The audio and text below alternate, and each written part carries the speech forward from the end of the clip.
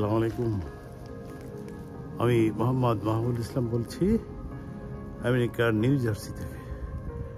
আজকে দেখুন বছরের প্রথম তুষারপাত, কি সুন্দর ঝিরঝির করে রাত্রে পড়েছে। এখন ঘাসের উপরে তুষার পড়ে আছে, কি সুন্দর।